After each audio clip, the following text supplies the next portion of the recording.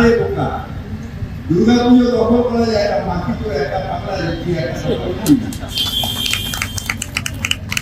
দুর্গা পুজো মানুষের সাথে থেকে আমার পাড়া পুজো, আরে আমি সৃষ্টি করেছি, সেটা দুর্গা পুজো হতো না, আমি তৈরি মানে আমার হাত করে আমার বন্ধুরা মিলে আমরা ঠিক করেছি করবো, তাই এই দুর্গা পুজো অল্পের শুরুছি সময় অল্পখানে তৈরি করেছে, ওটা একটা মাঠের মধ্যে ছোট্ট পুজো, তো অল্পখানে পুজো করেছে, দখল নেয়নি।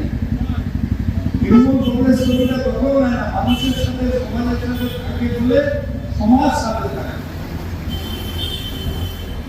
শুধু জয় শ্রীরাম বললে সমাজ সাথে থাকে না, মানুষের পাশে দাঁড়িয়ে মানুষের কাজ করতে হবে।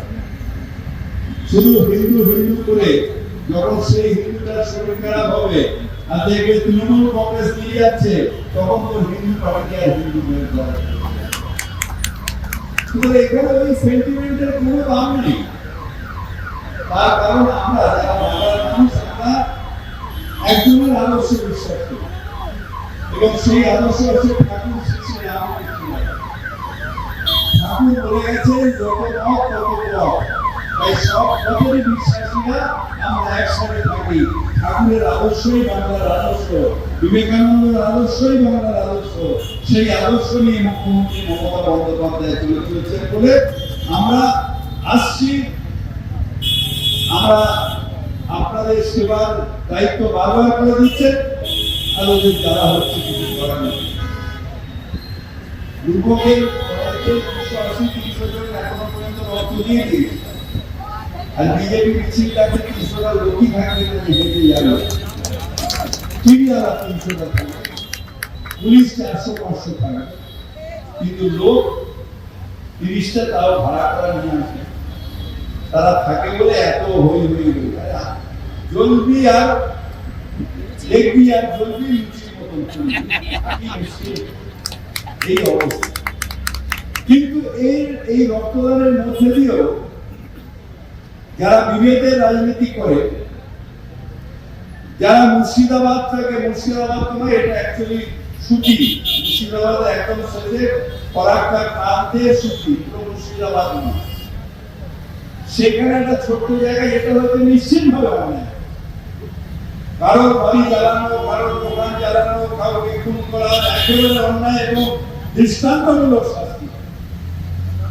কিন্তু সেটাও গুজরাটে যা হয়েছে তার 1%, সেখানেও হাজার লোককে মারতে দেওয়া হয়েছে। কংগ্রেসের রানী এমপি তার পুরো বাড়ি আবাসন জ্বালিয়ে তাকে মুক্তি করে দেওয়া হয়েছে। আর এইখানে বলে কিনা গভর্নমেন্ট ভেঙে গিয়ে সেন্ট্রাল তার আগে তো মোদীকে ভেঙে দেওয়া উচিত। এই যে এগুলো বলে এগুলো পাটকানো কথা আমাদের সাথেই ছিল। ছেলেটার নাম কি এখন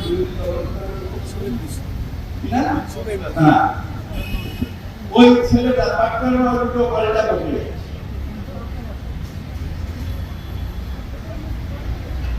একটা হিন্দিতে প্রভাব আছে, হাতি বাবু চলে বাজার में কুত্তা होके आया। নিজের পজিশনটা এমন করা উচিত না যে সেই পর্যায়ে মানুষ বকেই যাচ্ছি মাথা নিয়ে মন নেই। এখানে তো মা বোনেরা দাঁড়িয়ে কালকে দেখলাম মহিলা কমিশন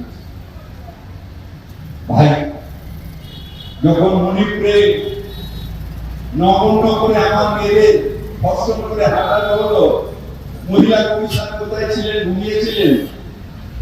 যখন এই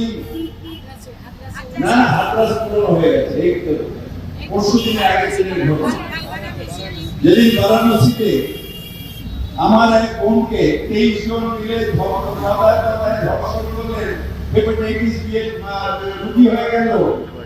মহিলা কমিশন কোথায় ছিলেন? বারাণসী গেলেন না কেন? নিশ্চিত ভাবে যে খুন হয়েছে কোথাও যেতে হবে না, রাজ্য সরকারের পুলিশ দৃষ্টান্তমূলক শাস্তি নেবে এবং যারা হত্যাকারী তাদের তো হয় ফাঁসি নয় যাবজ্জীবন কারাদণ্ড হবে, এটা আমরা সুনিশ্চিত।